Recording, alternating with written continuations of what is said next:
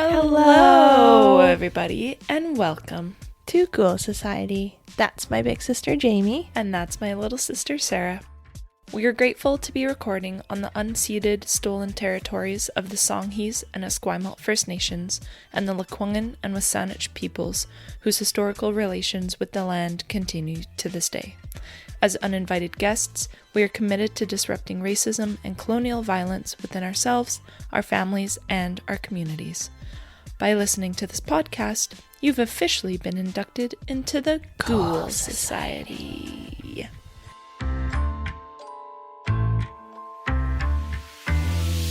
And we're back, and it's been a really long time. I was thinking about it when I was in the washroom. I was like, damn, it's been a month. Shh, don't tell them. Since we recorded last. Oops. Listen. I did it again. Look. We're just busy. I'm busy. Busy. I'm really busy. I'm really busy too. I can't. Like, I don't have time to see anybody or do anything except the things that I'm doing. I'm 4 weeks deep on practicum. Woo! 2 weeks left and the short weeks, and it's going so lovely, so good. I love it so much, albeit I am quite tired, but that is the life teacher of life. A teacher. Hashtag teacher life. Hashtag pay teachers more. Hashtag teacher Jamie. Hashtag pay teachers living wage. So true, though. So actually true. 26 an hour. 26 an hour for every hour that they do work. So like 12 hours a day. Yeah. So good luck. That's where I'm happy if my tax money goes to that. So. Thanks. Thank you. Thank you. Sarah got new glasses. I got new glasses. I also got new sunglasses. Oh, hell yeah. Yeah. Yeah, new glasses, wireframe. Never had those. Damn. How they feel? Light? Yeah. Good. They feel light and they feel good, but they kind of slide. They bother me a bit with the headphones. Oh. But they're a little better now because they were like really tight initially when I got them. So I had to get them. There's birds. I had to get them to reshape the arms. And so it's a little bit better now, but it's still like the edges of the headphones touch exactly where the back of my glasses touch behind my ear. And so it just makes it tight behind my ear. Right. And there's nothing I can do about it. Damn. So. Yeah, that's annoying. Yeah, but it's not as bad as it initially was, so. Right. I guess you could not wear them when you have headphones, but you try to wear them like all the time, right? Yeah, I just get a headache when I don't wear them. Yeah. Because then, like, your face is just blurry. And if I'm reading a story, I won't be able to read the screen. Yes, true. It's too blurry. Yeah. Well, today you won't be reading any stories. I know. It's just me. I don't have any story, but what else is new? Next week. So, yeah, we haven't recorded for a while. However, I know we've said that the last 2 episodes. Don't at us, okay? Holy. Calm down. Calm down. Relax. We know. At least we're doing something. We're doing something. Bi-weekly is just the way it's going to have to be right now. It's just easier. Though we looked at the calendar and we chose 3 other days to record. Mm-hmm. And we've got some stories cooking. They're cooking. Yeah. Sarah might have a twofer. I might. I don't know yet. It seems we'll like it'll be a twofer because it's also just really heavy. So. Oh. Interesting. And you're like when we did Cecil. Oh yeah. My god. You're like probably never gonna guess what my story is too. What? Yep. You're never gonna guess mine. So I'm just gonna tell you. Today I'm going to share a story with you about a beautiful place. A place that gives me this feeling of creepy, mixed with nostalgia, mixed with awe, mixed with history, mixed with genealogy, mixed with this feeling that I can't quite describe. Okay. The Edinburgh Vaults. Oh! Dun, dun, dun, dun, dun, dun. I was deciding if I was going to tell you right away or let you guess, but since my intro is like a little bit long, like the history of it. I was like, you're not going to really clue in. It's not super obvious, so I'm just going to say it, and then we'll just get right into it. Woo! So, the Edinburgh Vaults. Also, don't come at me for pronunciation, but also do if you For want. Edinburgh? Is it Edinburgh or Edinburgh? It's not borough. Fuck. I'm like quite certain it's like Edinburgh. Okay. Whatever. However you want to say it. We're Canadian. Oh my god. What can you Give do us about a break. So, during the late 18th century in Edinburgh, Scotland, James Hunter Blair... Sarah's already yawning. I'm sorry. No, I get it. I get so it. Sleepy. I really get it. I'll just throw this out like, holy fuck. That's not even like half the sentence. I'm also almost done my coffee and I'm so tired. Oh my god. I think it's because we're sitting on a bed. Like, do you want to sit on the floor? It's just so comfy. I know. It's comfy and cozy. It makes me eepy. Yeah, and with my heating pad, I'm always like, oh my god. Okay. I'm sorry. It's fine. That's sorry. really funny. Continue, so, please. James Hunter Blair had the great idea to expand the pre-existing North Bridge that connected Edinburgh's old town to its new town. This extension would travel south to improve connections to the southward land and would span over the Cowgate. So Cowgate, I'm going to say that a lot. It's a street that's located approximately 500 meters southeast of Edinburgh Castle. Ooh. And this area was developed in 1330. Holy shit. And represented Edinburgh's first municipal extension. Whoa. Yeah, so it's fucking old. I want to go there.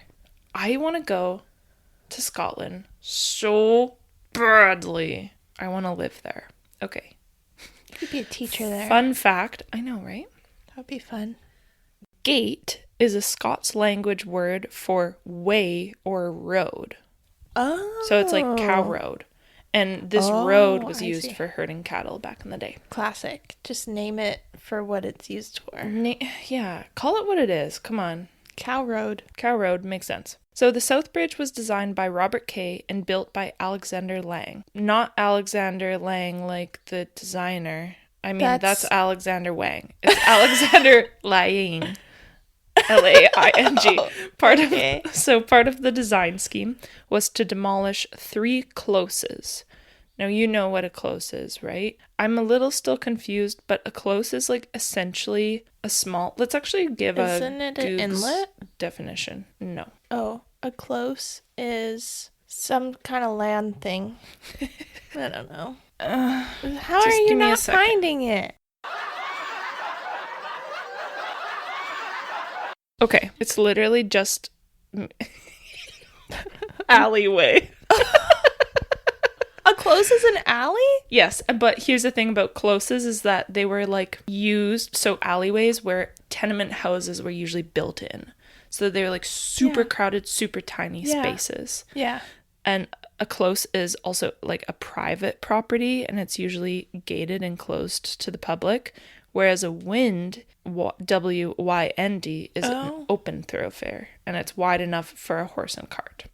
Okay. That's what Google's telling me. Okay. But here's the thing about this sentence is that it says was to demolish 3 closes, and then it goes on to call them wynds. So Maryland's Wynd, Pebble's Wynd, and Nidgery's Wynd, which were 3 of Edinburgh's poorest and most rundown areas. So they're going to close down these super poor areas because of course they are. Yeah. Because they're like, well, no one lives there. Of course people fucking live there. They're like, we'll just tear it down. It's fine. Most people live there. Won't bother anyone. Totally fine. Totally fine. Great. So, what else in 1785, the South Bridge Act 1785 was passed, and 4 years later, taxes were raised to fund the bridge. In 1786, the incomplete bridge was opened to foot traffic using planks of wood resting on completed arches. That is so 1700s.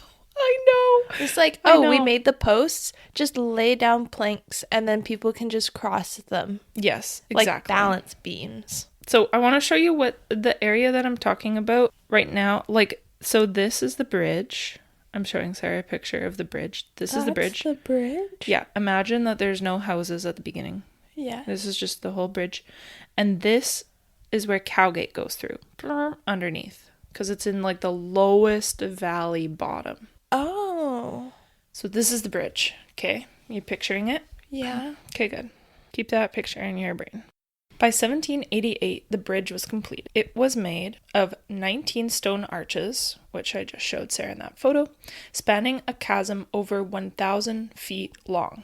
At its highest point, the bridge stood 31 feet above ground and has foundation pillars that went as deep as 22 feet into bedrock. So 22 feet in the ground. How did they go into bedrock in the 1700s? I don't know. So, as you are asking, it is to say that this bridge was like an architectural marvel, honestly, at the time. They were like, holy shit. Yeah, because... Because how? Don't know. Pickaxes. Yeah, but like... And prisoners, probably. I thought humans can't break bedrock. I think you can. Oh. Just upgrade your pickaxe to an iridium pickaxe. That's for my Stardew lovers.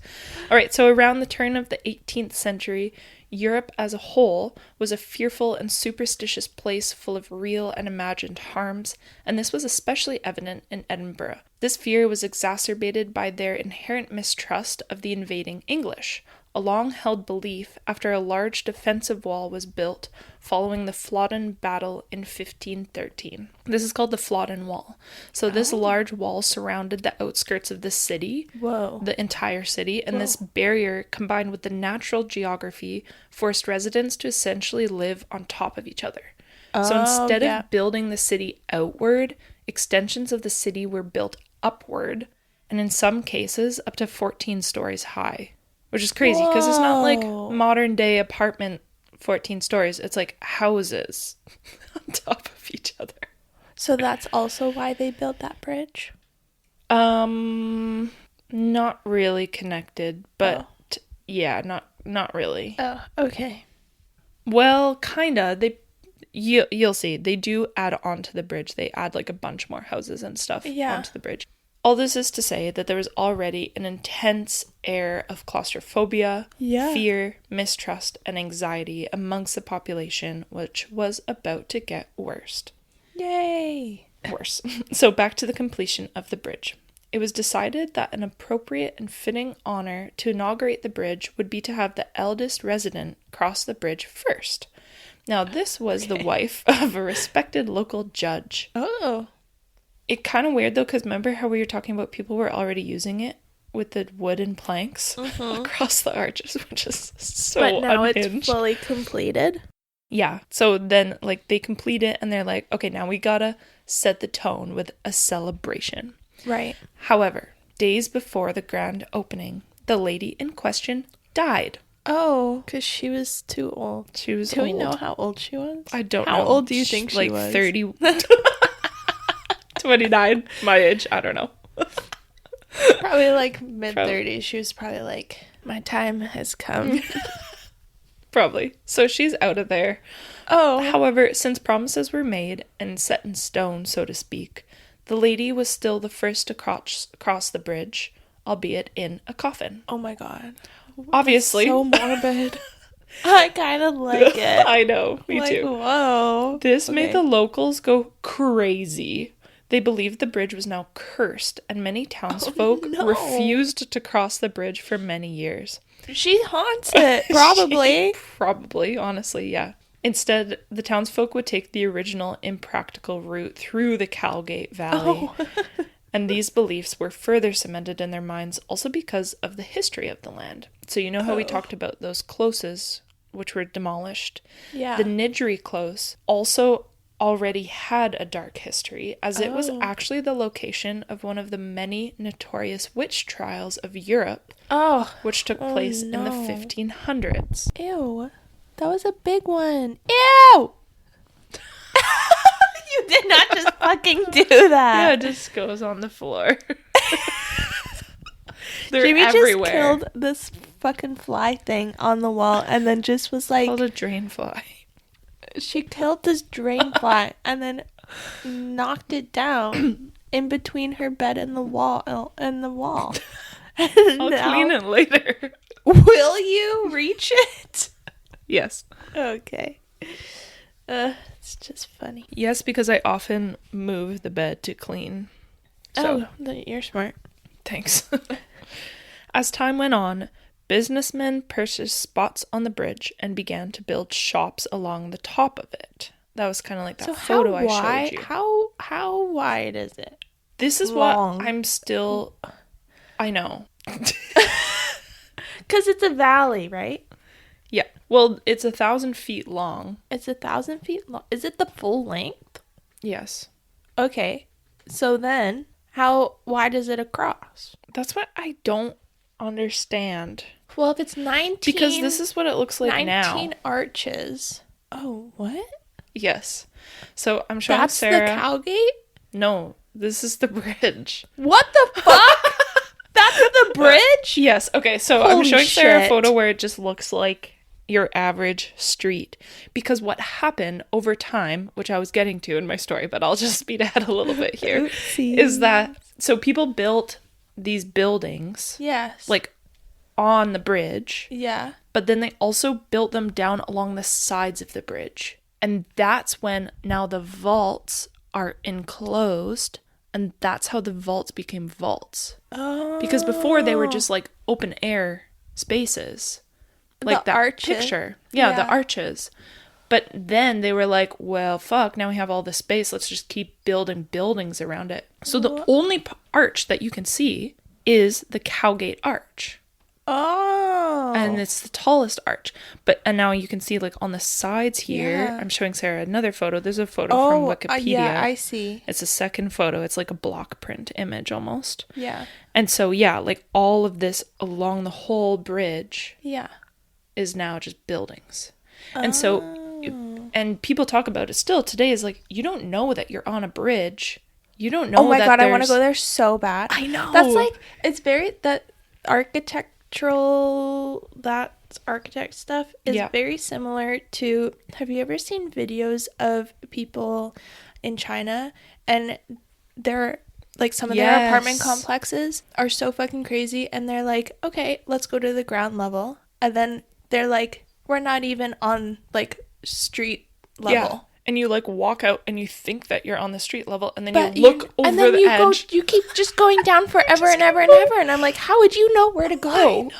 I know. That's crazy. I know. It's so crazy. That's so interesting to me. So this is what I don't quite understand. It doesn't say the width. Yeah.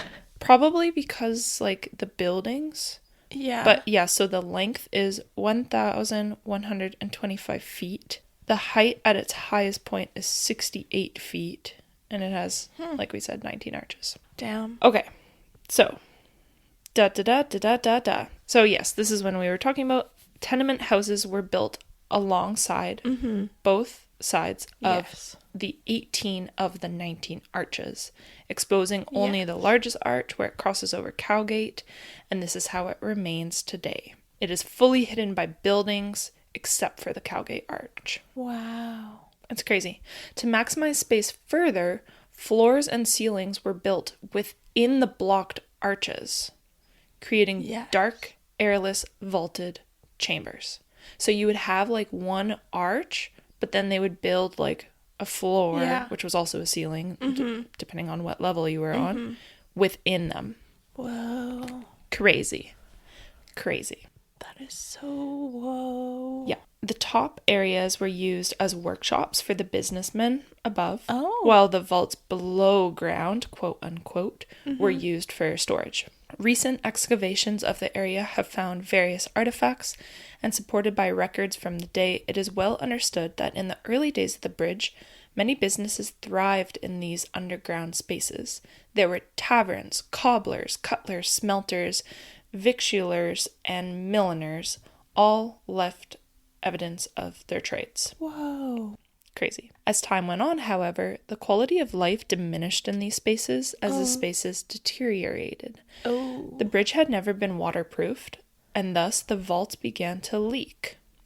Not only because rain, Scotland is fucking wet, rainy and wet all the time. and so you can imagine not only rainwater, but like city sludge started leaking through all the vaults. Yeah, because they don't have sewers or anything. No. Well, maybe, but not really. And just like, city sludge, like, I don't know, like just gross. Ew. And you can even see, like, if we ever go there, we'll probably be able to see it. But I've seen photos of like an arched vault where there's like black ooze coming out of the ceiling. Ew, and like they're still leaking.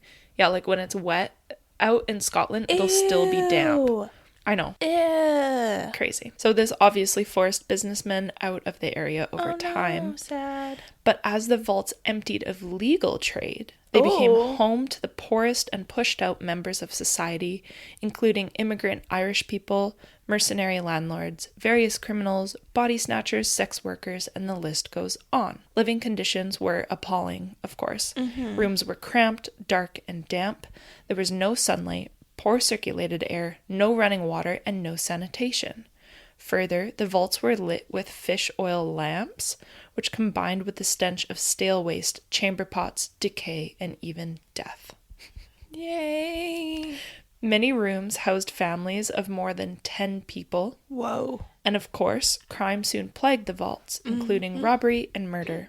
Those living in the vaults often died from disease, malnourishment, and infection, further creating an uninhabitable space for those trapped in lives of poverty. Numerous children were also born within the confines of the vaults, and the harsh conditions of life underground led to a tragically high mortality rate amongst those born there. While there's little evidence to support this, because of course these people weren't meant to be there in the first place, middens, which are essentially garbage piles or refuse piles, were found, which contained household items like toys, medicine bottles, clay pipes, buttons, horseshoes, snuff boxes, you name it. Whoa. So it was a lot of evidence of people living there at one point. Right. There was one article I found from 1815 which shows some supporting evidence for habitation of those living on the fringes of society. And I think it's about a bootlegging operation. Ooh. So I'm going to read this little article excerpt to you. Okay. It was from Saturday, July 1st, 1815. And it's from the Edinburgh Evening Courant. On the 24th... What is INST? Inst? I don't know. Inst? Old-time language is hard. Like as an abbreviation. On the 24th instance, maybe? Sometimes they would say that. Instantements. Current month. Oh. Wait, what's the word? Instantements. In legal or historical documents, inst can stand for instantements, which means the current month. Oh. For example, the 5th inst would mean the 5th of the current month. Okay. So, on the 24th inst, Mr. Mackenzie, supervisor, accompanied by Mess, Gorey, and McNaughton, officers, discovered a private distillery of considerable extent under the arch of the South Bridge, which has been working these 18 months past to the great injury of the revenue. The particulars of the seizure are worthy of notice from the great pains which had been taken to prevent disclosure. The original door to the place where the operations were going forward had been carefully built up and plastered over so as to prevent any appearance of an entrance. Oh, shit. Behind a grate in the fireplace of a bedroom, an opening had been made Whoa. and fitted with an iron door and lock exactly fitting the grate, which could only be seen by being removed. And this passage led to the flat above by a trap door and ladder where the still was working. I love this. The place, again, was in one of the deaf arches, immediately adjoining the middle arch of the bridge, now the cave's revenue. And the person had found means to convey a pipe from one of the town's branches, which gave a plentiful supply of water. A soil pipe was also got at, and a hole broke through into a neighboring vent to carry off the smoke. Besides the still, a considerable quantity of wash and some low wines were found in the premises. Also many casks, mash tun, large tubs, etc. Whoa! So that's sick. Yep. That's some like hard evidence there that people were obviously living in these spaces and working and operating illegal distilleries. Additionally, it is thought that Burke and Hare also worked in these underground Freaking vaults. hair! We will do a story on them, but essentially, for those who don't know, they were serial killers and body snatchers who sold bodies to science. But this idea of Burke and Hare living there has been disputed over and over. Or perhaps not living, but using the space. Who knows? Well, listen to Kate Winkler Dawson's podcast about it. Yeah. Because she did a whole season on it. Yeah, she did an amazing on Wicked Words. Yeah. So good. Shout out. A few years before the vaults were officially closed down, a fire broke out on a late November evening in 1824 on the second floor of the Old Assembly Close, a narrow alleyway just off the High Street. So this is the Great Fire of Edinburgh. Oh no. The city had formed a permanent fire brigade only 2 months earlier, and while they arrived on scene quickly, they actually had a difficult time locating a water supply, and it took them an hour before they were able to start tackling the blaze. Oh no. By this point, 6 stories of the building were on fire, and since the alleyways were so narrow, the fire spread quickly to adjoining buildings. By midnight, 4 tenements were ablaze as the fire crept toward the Cowgate. Still, 2 days later, the fire was spreading down multiple closes and many buildings collapsed in burnt rubble. Eventually, a downpour of rain brought the fire under control by the evening of the second day. Some sources say that it lasted 5 days. But I saw that it started on Monday and ended Wednesday, so I don't know. Who knows? History. Yeah. All we know is it was a huge fucking fire and it burnt down a shit ton of the city. Holy. I bring up the fire because people in the nearby areas attempted to escape the fire by running down into the vaults. However, since the fire was ablaze above the vaults, they essentially became like an underground oven. Yeah. Cooking numerous men, women, and children alive who were trapped down there. Oh my god. So this next part is pretty intense, so skip ahead a little bit if you would like to. Some parents made the agonizing decision to spare their children from the slow death of the fire by cutting their throats to kill them quickly. I had a hard time finding this information, and it could be conjecture, but it's been talked about so many times, so I had to add it into the story. So they couldn't just leave? No, because I think... Are they stuck? In one of them, I read what happened was they actually, once a bunch of people got into the vaults, they, barricaded it with rubble to protect them from the fire. I don't understand how, but also you could imagine if you go into the vault and there's a fire above you. Yeah. I don't know. I don't really know. Because when people just be running around being like, get out. Yeah, and going to a different area of the vault or something like that. Yeah, and you're like, oh, it's super hot. I don't really know. Why? So that's why I'm kind of I don't know if this is true or this isn't true. Also because when I was reading about the Great Fire of Edinburgh, it didn't say anything about the vaults. Oh, But every time I watch or read about any ghost stuff, it talks about the fire in the vaults. Okay. So I don't know. Lost to time, I guess. Lost to time. Damn. Yep, super sad, super crazy. Eventually, due to the impractical and uninhabitable standards of the vaults, they were shut down officially. It's not known exactly when this took place. Some suggest 1835 and others 1875. Whoa. Which is a 4-decade difference. Yeah, holy shit. As written records regarding the vaults during their slum era are virtually non-existent. Yeah, makes sense. They were filled in with rubble and they were left to be forgotten about for the rest of time. However, over 100 years later, in the 1980s, a Scottish rugby player named Norrie Rowan found a tunnel leading to the vaults. Oh. This is where it gets interesting. He used the tunnel to help Romanian rugby player Cristian Raducanu escape the Romanian secret police and seek political asylum weeks before the Romanian Revolution of 1989. What? I know. Holy shit. I know. I don't know. What? I know. Okay. So then, about a decade later, in the 90s, Nori and his son Norman, lol, excavated the vaults. Hundreds of tons of rubble were removed by hand, and many interesting artifacts were discovered. Yeah, I bet. I'm a little confused that, like, the city of Edinburgh wasn't like, we can't do this, and that these guys were just like, we're just gonna remove this rubble. Yeah, unless, because would it even, like, it's still rubble 100 years later? They never paved over it, or no, it's just rubble. They never and then officially it was just forgotten it. about. No, yeah. Isn't that crazy? That is so wild. So he must have got permission from the city somehow. I don't really understand, but or maybe it was just the 80s, and so the city was just like, oh shit, so okay, you found it. You found it. You can just remove it by hand. I guess now it'll be like go for it.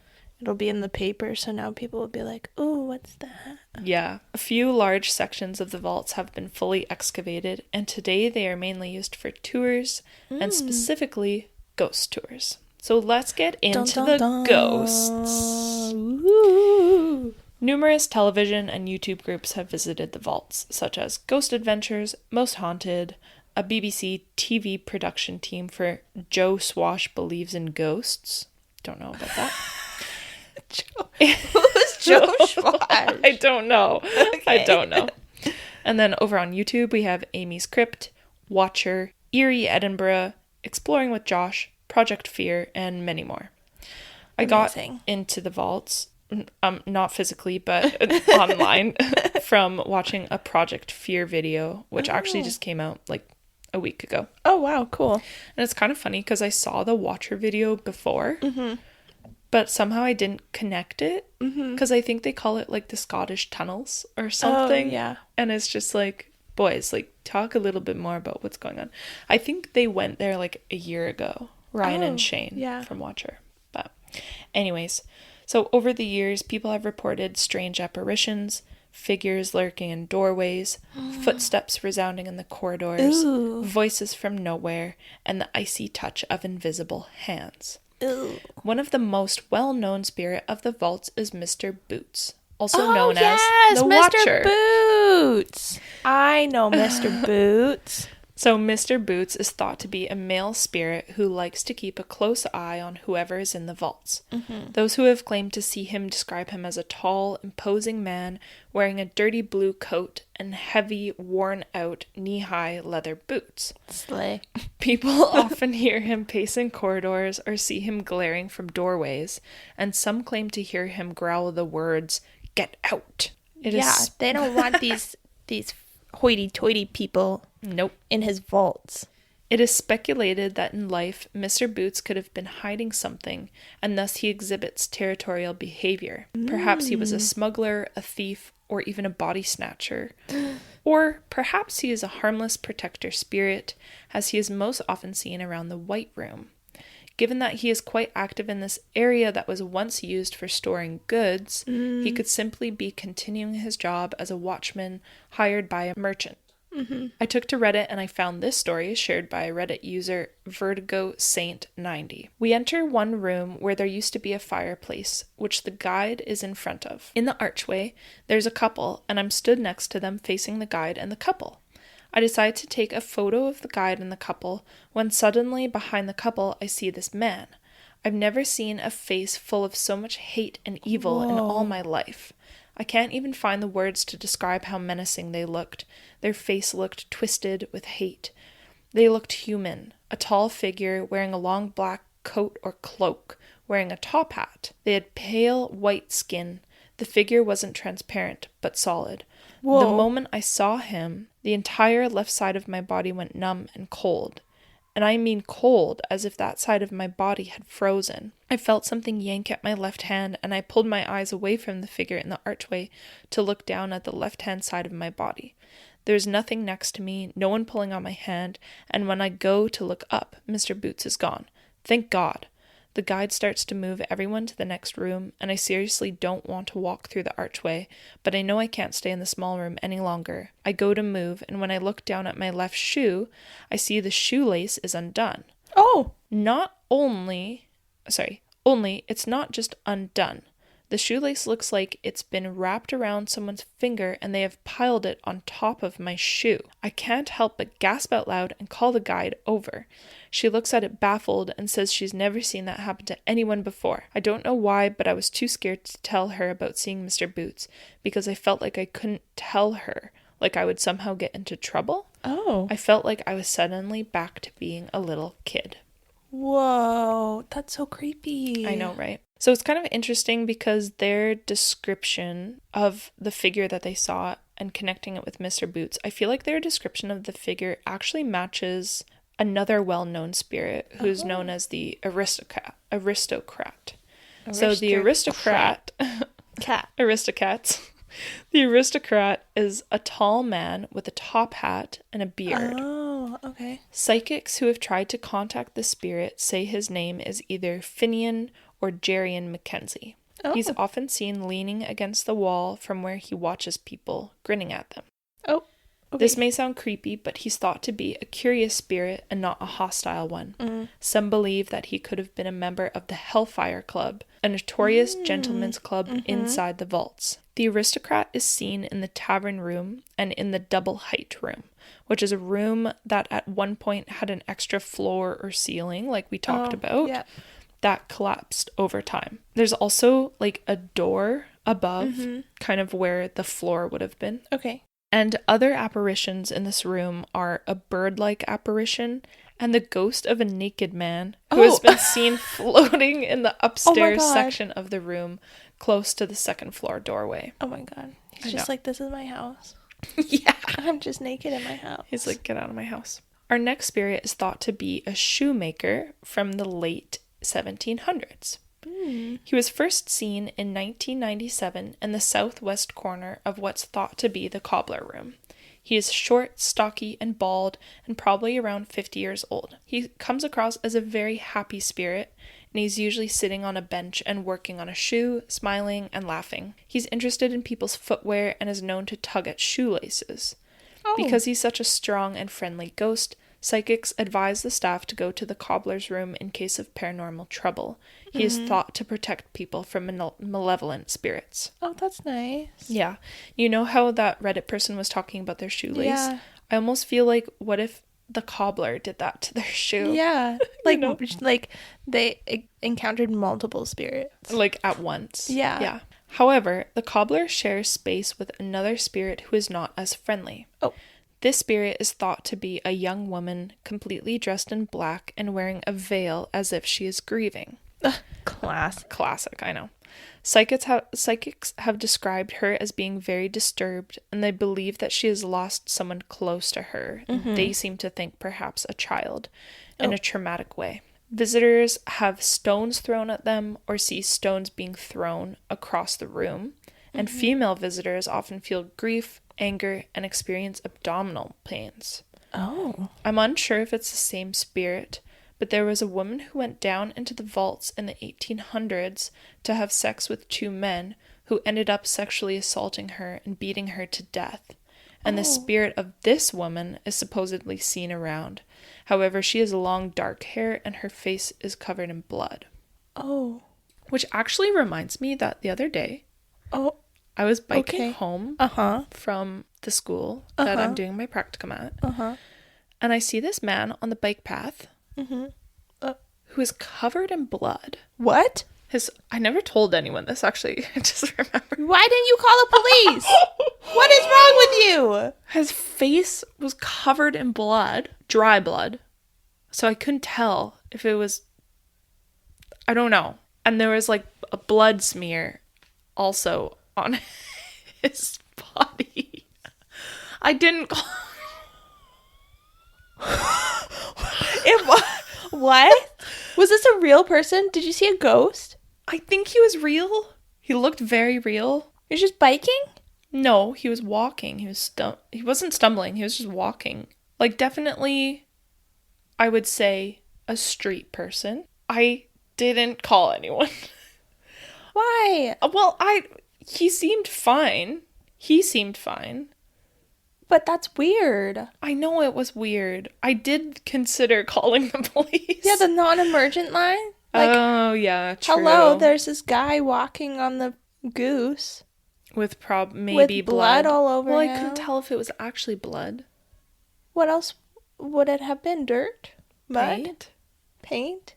You can tell if it was blood or paint? Okay, it looked like blood. I just assumed, I know this is terrible, never do this, but I assumed someone else would call. Jamie. I know. That's part of the problem. That's part of the problem, I know. I'm part of the problem. That would have been in the newspaper. I feel like that would have been in the news. Really? Probably. Yeah, so anyway. Okay, well... Listen, if it happens again, I will call the non-emergency line. Yeah. Sorry. I'm sorry, everyone. Crazy. I let you all down. I guess it just didn't seem that crazy to me. What? I've been listening to too much true crime, I think. It didn't seem that crazy? Bro, I've seen crazy shit downtown Victoria. It's like not that crazy. Victoria's getting out of hand, let's be honest. I know. I'm just like, it didn't seem that crazy to me. I know. Jesus Christ. Yeah, okay. So hope he's well and hope whatever happened is Listen, fine. If someone turns up dead, I'll give a description. Great. Yeah, if someone turns up dead. Anyway, so, yep. Listen, if you see something, say something. I know. You're right. I'm really sorry. I apologize to everyone, and I promise to do better next time. Okay. I'll call. So the last two spaces I want to discuss are the witch's room and the Wiccan chamber. Ooh. The witch's room was used by a group of witches used to practice their witchcraft. They were known to be white witches or good witches, but for some reason, people feel uneasy in this space often and will see a black figure walking around in this room. Oh. The room has a giant pentagram in the center of the floor and also contains a bunch of witch paraphernalia. Yeah, so people often feel like a bunch of I don't know, they feel off, they feel like an eerie, evil presence in the space. And finally, there's also the Wiccan chamber.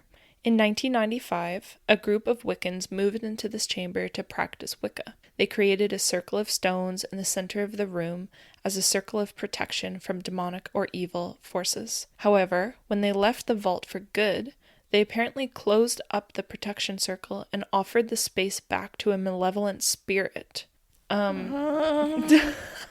Okay. My thought on that was like, maybe there was already a malevolent spirit that was there and continued to be there while they were trying to practice their magic. Yeah. And maybe that's why they created the circle in the first place. Yeah. And then they were like, we don't want to deal with this anymore. We're just gonna leave. I don't know. That's my thought. Bye. I don't see it as bad, but some people are like, why would they be practicing magic? I'm like, girl, relax. I don't know, because they want to. Years later, a priest entered the chamber and picked up the sense of a demonic entity, and he suggested that they brick up the door to the chamber and never let anyone in there again. Whoa, that's pretty intense. Yeah, at one point, someone who was on a ghost tour went into the middle of the circle in the Wiccan room and instantly fell faint and hit their head on the stones, resulting in them needing stitches and immediate medical care. Oh no. Maybe like that guy I saw. Further, people often have scratches, cuts, and bruises and suffer from sleep paralysis after leaving the vaults. Whoa. The Edinburgh Vaults contain a deep, dark history which has only been partially uncovered. Out of the 120 rooms that were originally occupied, only a handful have been excavated and reopened to the public. The rest are sealed off and only accessible to spirits who have roamed the land for hundreds of years and will continue to do so. And that is the story of the Edinburgh Vaults. That is crazy bonkers bananas. Yep. What the heck? I know. I encourage you all to watch a video on the Edinburgh Vaults because it's pretty cool. I really like the Project Fear one. Sometimes I don't love watching them, but I'm starting to love them. Yeah, go watch some videos. Go look at some pictures because that looks crazy. Yeah. You would never know. No. We'll post a bunch of pictures to our story, and we thank you for listening. Thank you, guys. guys. We hanging missed out you. with us and hanging in there while we go through a very busy Trials time. and tribulations. Trials and tribulations, and a busy time in our life where we're not able to produce as much as we want to. But yeah. So if you have any questions, comments, concerns, or critiques, you can email us at ghoulsocietypod@gmail.com. You can find us on Instagram at ghoulsocietypod.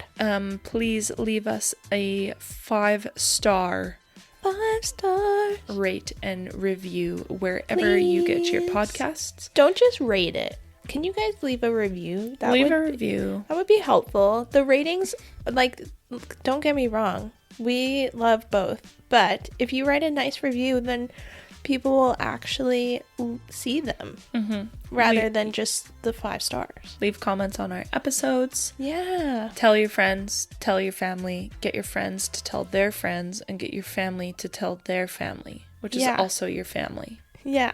And just tell everyone. And also, I don't know, tell your school or like your workplace, or I don't know, maybe we'll make stickers and then you can just put a sticker anywhere, like on the bus. Wait, don't actually vandalize things. Yeah, well. Put it on street poles. Yes. Who cares about street poles? Yes. No one. No. Garbage cans. Put our sticker on a garbage can. Yeah, on the 'Cause outside. this show is trash. Just kidding. Anyway, we love you. Thank you for Love you, listening. thank And we will you. see you later. Bye.